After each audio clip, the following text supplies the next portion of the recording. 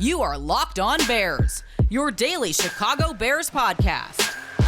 Part of the Locked On Podcast Network, your team every day.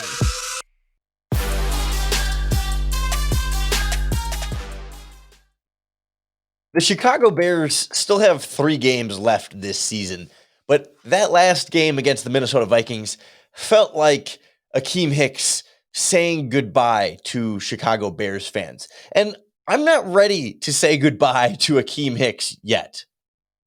This is Locked On Bears, and I'm your host, Lorin Cox. I'm an analyst for Pro Football Focus, and I'm here to bring you your daily, in-depth Chicago Bears news and analysis. You can follow me on Twitter at CoxSports1. You can follow the podcast on Twitter at Locked On Bears. You can like Locked On Bears on Facebook. Join the Locked On Bears Facebook group for even more Bears talk. And make sure you're subscribed to the Locked On Bears YouTube channel to keep up with all of our video podcasts as well. Today's episode is sponsored by Stance Apparel. Stance believes that the perfect fit matters more than fitting in. Enjoy the color and comfort of a life less ordinary with Stance. Thanks for making Locked On Bears your first listen today and every day. On the show today, we hear Akiem Hicks and what he's sort of feeling at this stage in his Bears career, not really sure what the future is going to bring and wanting to put a bow on it against the Vikings. But also it's going to just kind of turn into a bit of an Akiem Hicks appreciation segment because he might be my favorite player. He is my favorite player on the Chicago Bears. And I don't think he still gets enough credit and enough appreciation for what he brings to this team and what he does on the field, even when the stat sheet doesn't necessarily put him in the same echelon as some of the other top defensive linemen in the NFL. So we'll sort of say goodbye, but not yet, to Akiem Hicks. We'll say hello to Thomas Graham Jr., the rookie cornerback who stepped into the starting lineup, played like a starting caliber NFL cornerback, and got promoted to the active roster, and kind of go through some of the things he did so well in that game. And then we'll wrap up with some words from Matt Nagy about what we saw from Justin Fields. And I think a moment in that game that really encapsulated so much of what has gone wrong in this quarterback, play caller, supporting cast dynamic for this Chicago Bears offense. But I want to start with Akiem Hicks because it was so good to see Akiem Hicks out there and playing like Akiem Hicks. You know, when he's been dealing with these injuries over the last few seasons or so, there have been too many moments where it's kind of felt a little bit like, even when he's on the field, he's just not quite, you can just tell he's not 100%. Not that he was a liability in those moments or that he wasn't worth playing, but like, and even against even against his Vikings team, he wasn't 100%. It was his first game back from injury.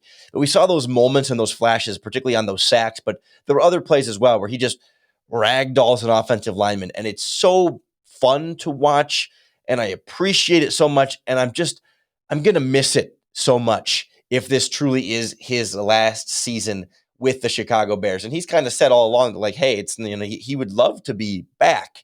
It's just sort of a matter of getting that feeling from negotiations and from, you know, talking with front office and how things have gone up to that point, and that the team gave him the opportunity to seek a trade this past offseason that maybe feels like writing might be on the wall there financially and where he is given his age. But here's sort of where Akiem Hicks said his feelings were after the game and how he sort of feels about his future left the rest of this season in Chicago and what's going to come beyond. I don't know what's going on. I don't know what's going to happen. I just know that I got games to play, and if I do end up leaving, I'll miss it here. I truly love my time. How do you feel after a game like that? Obviously, you played pretty well. The defense, with so many guys out, plays great, but then again, in the end, it's not enough to get you guys to the victory. I think that I was really impressed by how our defense played. I think that we gave up some stuff. Like Sean said it when we came in the locker room, you know, we gave up an early touchdown. We did some things that we didn't want to do. But to watch how hungry and ferocious those young guys wanted to play today, that turned me, I almost said turn me on, got me excited. You know what I mean? But it's exciting, you know what I mean? When you're watching your boys play, especially young guys that haven't really been around the game as much or haven't got the league experience, they're just so hungry to make a play. It's like, good stuff, young man. Need a cigarette after that. 2. Big fella. Akiem, when you're talking about the emotion that you're going through, thinking about that this could be the end with you and the Bears, how does that sit with you? I mean, especially knowing the last 3 seasons haven't gone very well. So sad, because I'd do anything for him. but that's the way it goes. Do you feel like you put yourself into that lexicon conversation in terms of, great Bears defenders and the tradition of defense here in Chicago? I wonder. I'll say this. Whenever I talk to the guys that came before me, just for them to say that they appreciate my game is enough for me, because that's what you're looking to impress. They played it, they lived it, Talking to those guys, Tommy Harris, Dan Hampton, it's exciting for them to even watch me play, So I'm happy. It's so hard not to just want to root for the guy through and through. He's not only a phenomenal, impressive player on the field, but there's such a refreshing honesty and personality to him, right? It's not an ego of because some players have big personalities and it's just kind of a big ego thing and they want to be the stars and the center of attention. But Akiem Hicks just goes out there every time he talks to the media and is super real and genuine in a way that we don't get from Matt Nagy or really most head coaches in the NFL. We haven't gotten from Bears quarterbacks quarterbacks in general. I mean, Fields is pretty good about, he doesn't usually beat around the bush too much, but there's just an energy that Akiem Hicks brings when he talks, but more importantly, on the field, what we see from him. And I feel like if we weren't in this time in the NFL right now where you have Aaron Donald setting the bar so ridiculously high and doing things we've never seen before from a defensive lineman, I think we would have an even greater appreciation of Akiem Hicks. Because Hicks doesn't get the ridiculous sack numbers, but the way he moves for a man his size, they talked about this a little bit on the broadcast, but he's a 325, 330, 335 sometimes pound defensive lineman who is the first one off the snap and is quicker than the offensive lineman he's going against. And that combination of size and speed, and then to have the hand technique and arm technique and strength to go with that is rare. He's not going to be in the Hall of Fame, right? He doesn't have the numbers but he does special things, and he belongs in those conversations that he talked about with some of at least the all-time great Bears defensive linemen. Again, the numbers aren't going to be there, but it's the pressures, it's the things he does physically, and maybe injuries have contributed some to that. But we got a good solid 3 years of him. 2016, 2017, 2018 before 2019 was kind of an injury year. 2020 he played in more games, but he didn't seem quite 100% that season. And of course, he missed a lot of time this year, but looked so good against the Vikings. And I don't know how much more Akiem Hicks we're going to get. And I'm going to miss it so much. He's my favorite Chicago Bears player to watch. And he's my favorite Chicago Bears player to hear from. And it's hard, man. I don't want to see him go. I mean, I get he's getting older and he's not the same Akiem Hicks he once was. And he salary wise, sure, you can make some arguments there. And he's 32 and he's not going to be going up from here, right? It's only going to be downhill. At what rate to be determined, but I would love to find some way to keep him around as long as possible because he's just such a positive influence on this locker room, on this team, on the field, and publicly as a face of this defense for the Bears media. And if this is the last stretch of Akiem Hicks we get to see, I'm going to cherish it as I possibly can, and I hope you will too. So maybe we'll have to do another goodbye to Akiem Hicks when he formally is gone. I don't want to bury him before he's dead, and I don't want this to be a eulogy, right, for Akiem Hicks. He's alive and well and will continue his NFL career somewhere next season, but I just hope that we appreciate it now while we still have it and don't look back and say, man, I should have appreciated Akiem Hicks more. So maybe this is the early goodbye to him, but I do want to say hello as well to a new young emerging member of this Chicago Bears defense, Thomas Graham Jr., the rookie out of Oregon at cornerback.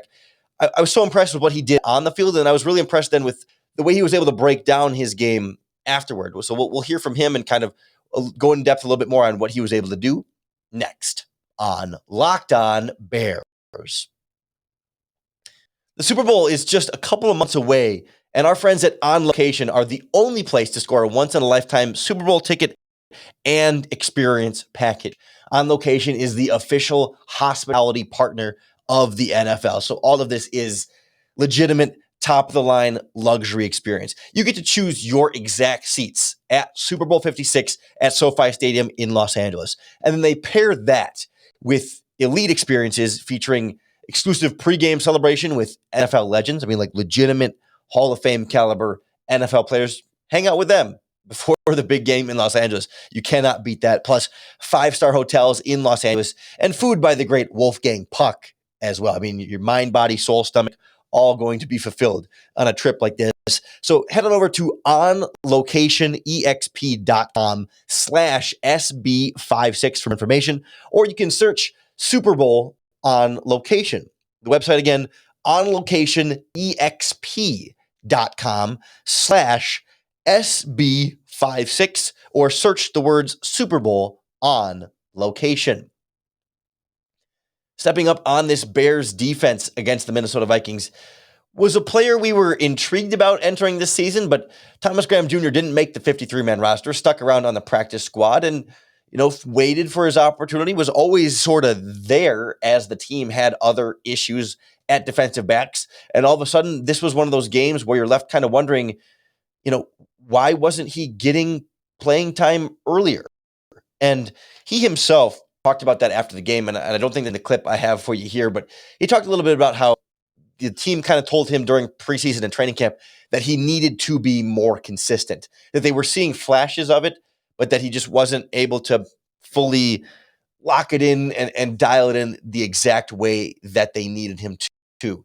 But clearly against the Minnesota, he did just that. It was enough for the team to promote him formally to the active roster, and I think it should be enough where he should be in the starting lineup next to Jalen Johnson this week. He's definitely earned that opportunity to lose it. It should be his spot to lose. And you could always go back to Kindle Vildor or Artie Burns again if, it was a one-game fluke or whatever from Thomas Graham. But I thought hearing how he talked about what he was able to do at the Vikings really, I think, confirmed a lot of what we liked about what we saw in the field, in the sense of this guy gets it. And I think you can tell pretty quickly when he talks about what he was reading and seeing on his past breakups that it's definitely all there between the ears in terms of, understanding the game. And then physically we saw him lay out for pass breakups and really be everywhere he needed to be for this Bears defense.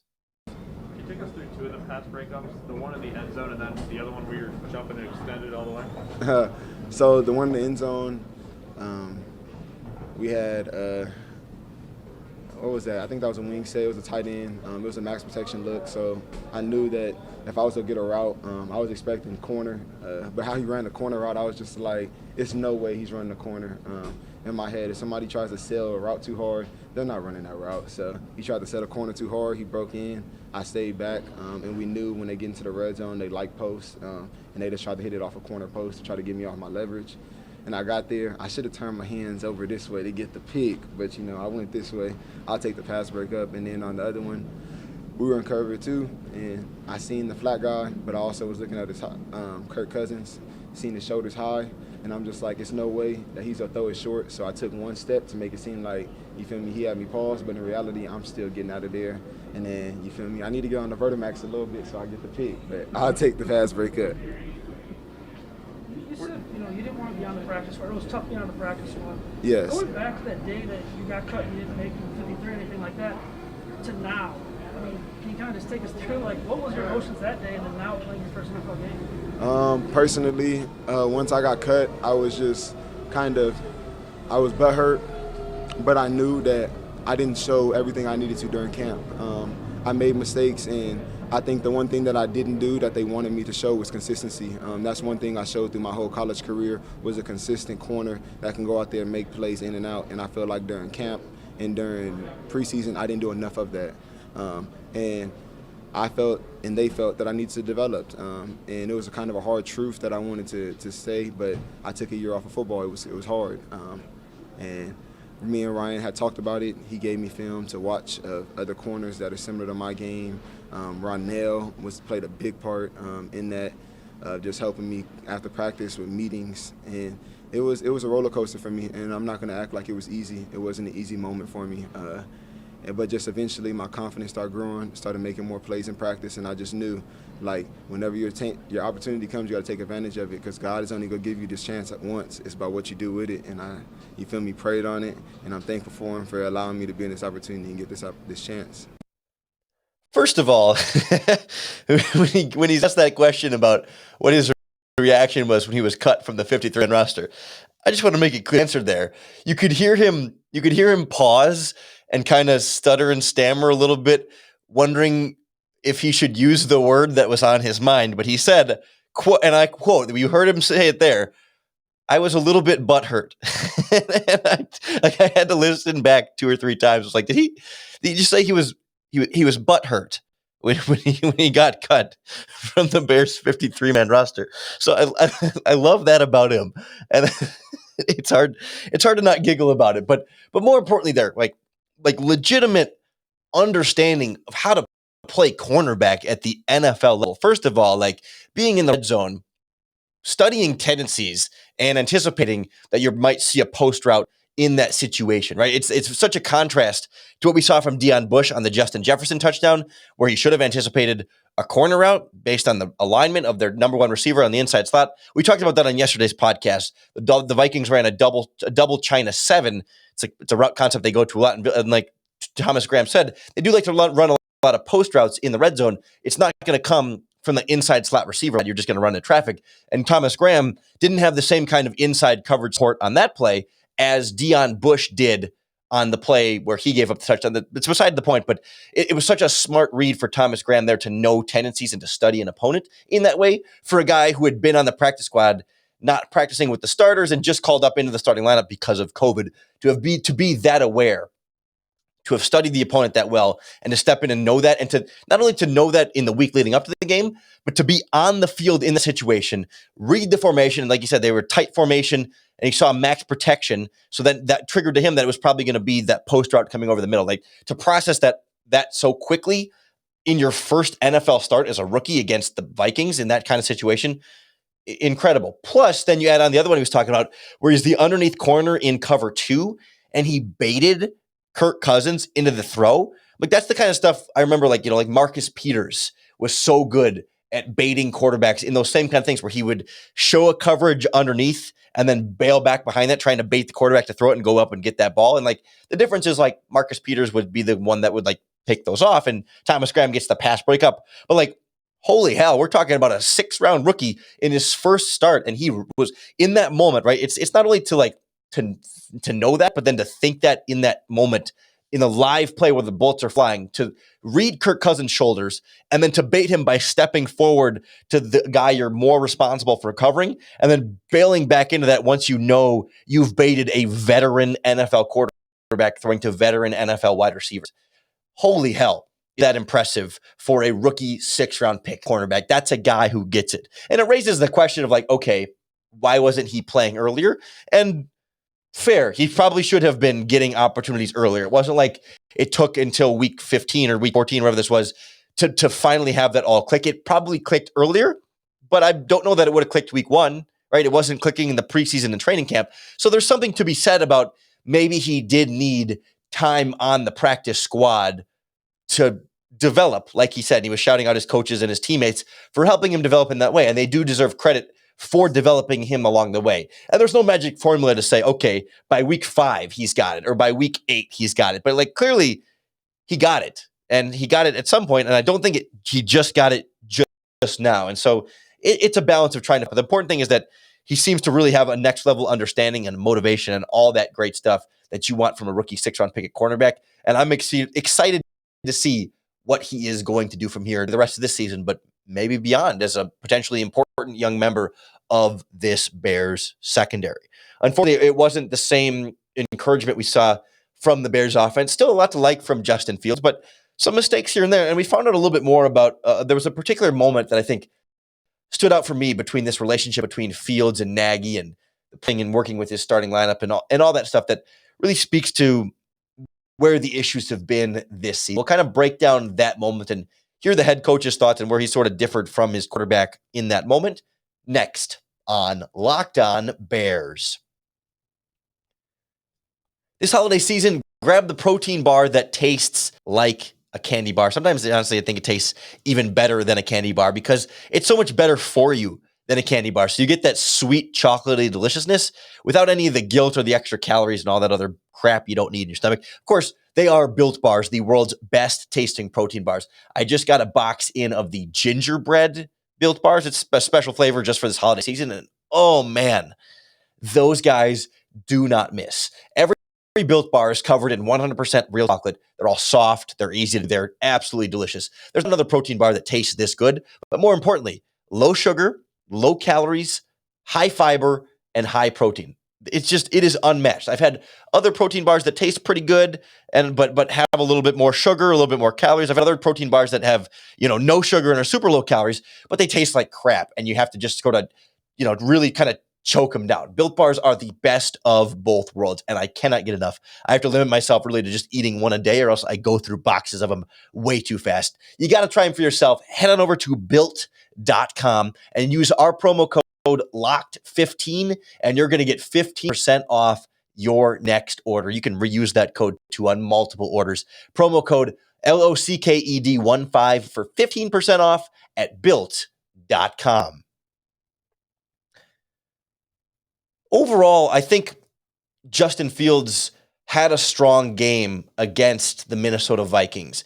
And we remember the fumbles and the bad sacks, and we don't remember as much the wow completions because they weren't like wow touchdowns, right? We remember the big touchdowns. We don't remember as much the 19-yard completion to the sideline that was really important for moving the chains, but didn't result in a win necessarily. And so then you also remember the mistakes tend to stand out a little bit more when the highlights are a little bit more subdued, but still impressive for rookie quarterbacks. And so I don't want to comb through all the mistakes necessarily and be too harsh on some of those things, because I think it was an important step forward for Justin Fields and showing progress, again, picking up where he left off before he got injured and kind of making those steps forward despite play calling, sometimes the offensive line, sometimes his receivers, and the supporting cast just not always there for Justin Fields. But particular play at the end of the first half, and it was not a play that was super, super consequential to the outcome of the game, though it was a 3rd and short that went incomplete and forced the Bears to settle for a field goal instead of going down to a touchdown. But it encapsulated so well, I think, some of the greater issues. It was the third, I don't remember if it was 3rd and 1, 3rd and 3, 3rd and short. Bears are empty formation. David Montgomery is out at the far wide receiver spot. Justin Fields drops back, 3-step drops, throws the curl over to Montgomery, and it's sort of behind him and high. And it just looked kind of like a bad miss on an easy throw, right? It wasn't an interceptable pass. It wasn't dangerous. It just was inaccurate, or so it appeared, on a throw that you should expect a quarterback to hit. And so we were kind of wondering, what might be the issue there. What Justin Fields said after the game was, it was a 3-step drop. I thought my footwork was good, but, he sort of said that he's used to throwing that route to wide receivers, and that because it was David Montgomery ran the route a little bit slower than he would expect, say, Darnell Mooney to run that route, or Damiere Byrd or Marquise Goodwin, right? He's a running back, not a wide receiver. And so Justin Fields threw it on time for a wide receiver, not on time for David Montgomery. And Fields kind of said, that's just something we need some more reps to work through. And it's something I went to David right away, told him that's what happened and that we just need to practice that a little bit more. Matt Nagy didn't necessarily disagree with Justin Fields, but I thought when Matt Nagy was asked about the same play, his answer highlighted some of the problems and if it's quite a disconnect, but some of the greater issues that have plagued this Bears offense, really, I think, from the very beginning of the season. And then there was a 3rd down late in the first half. It was Fields to Montgomery. And Justin said that it was just the timing was a little bit off because David didn't necessarily run the route as fast as he's used to receivers running. I was curious what your diagnosis of that was and how that can get cleaned up there. It was along your sideline. Yeah. No, that's a play where, we got guys running similar routes and I just think that's one that we missed on. He was open, but that's a timing deal, right? That's a part of what he said. That's more reps together of those guys being able to get that. David's run that route for several years here in this offense. So, that's a part of the game. And I think it'll be good for the guys to be able to put on the tape and look at it and see and be able to grow from it. So who in your opinion in that needed to do something a little sharper there? Is that David's route or is that Justin getting it out? I thought that, they were both fine. Really, David ran his route with the right steps. His depth was right. His steps were right. Justin made the right decision going there. His footwork was good. We just didn't connect on it, and sometimes that's how it goes. It probably gets a little bit more magnified when you score 3 points than it would in other scenarios. But that's something that those two guys, I promise you, the next time, it's not going to be something they shy away from. They'll be out here practicing that route and other routes just because they both care immensely. First of all, if it's an incomplete pass on 3rd and short, it cannot be possible that both the route runner and the passer were both fine, right? It was an incomplete pass. So for Nagy to go up there and say, they've been in that play, neither one did anything wrong. Well, it was incomplete. It was a failed 3rd down conversion that led to a field goal instead of potentially points. So that is, I totally get that Nagy's not going to go up there and say, "Oh yeah, Justin screwed that one up. What an idiot!" Or he's never going to go up there and directly blame one player and say, "Yep, that guy got it wrong and he messed up." Maybe coaches don't tend to do that. But there's a nice way to be like, yeah, Justin's got to be more cognizant of the timing or whatever. You can kind of gloss it over a little bit or smooth it over and kind of say, yeah, it wasn't ideal or whatever. But he was kind of saying it was a pivotal moment in the game, but had it been on 1st down, it wouldn't have been as big of a deal. So he was trying to gloss it over, but then you can't say both players were fine when it was incomplete pass. And there's only 2 possible reasons that play was not fine, right? It wasn't an offensive line thing. It was no pressure. It was it the passer or the receiver? It had to be one of them. And you can't say it was neither of them because it literally has to be one of them. So that's a frustrating thing as far as how Nagy communicates, that it's been such a common trend throughout this that it feels like, I don't know if it's disingenuous or if it's a lack of transparency or if he's scared of throwing somebody. I don't know what it is. He's trying to protect his players, but he's not a good communicator to the media at the very least about, you can answer that question without throwing your guys under the bus. But even beyond that, a couple of other things that stand out to me. One, that's, if your quarterback and running back need more reps on that type of play, first of all, why are you calling that play in a key 3rd down situation in the red zone when you're trying to score points? Second of all, it's week 15, right? So this whole needing more reps thing, yes, David Montgomery was hurt and Justin Fields wasn't practicing with David Montgomery for the summer and the fall. So it's further evidence as to how the Bears are still paying for the decision to not even give Justin Fields 1st team reps, right? We can argue till we're blue in the face about whether he should have started week 1 or Andy Dalton or how soon Justin Fields had been in the starting lineup, but to have him practicing purely with the backups throughout that whole process, to not those reps with David Montgomery, Allen Robinson, et cetera, is how you still have these problems in week 15. And it's just such an encapsulation of the play calling issue and also the practice time and work these players together, that it should be a play that works, but that's a 3-step drive. So it's not like, oh, Matt Nagy wasn't expecting Justin Fields to go to David Montgomery there. It is a 1-read quick throw. That play is designed to go there. It's designed to go to that outside wide receiver on that side of the field, which Matt Nagy called the formation to have David Montgomery be there. And so to not know that they haven't had enough on that play to be on the timing properly there for what should be an easy play looks so bad for the head coach. I guess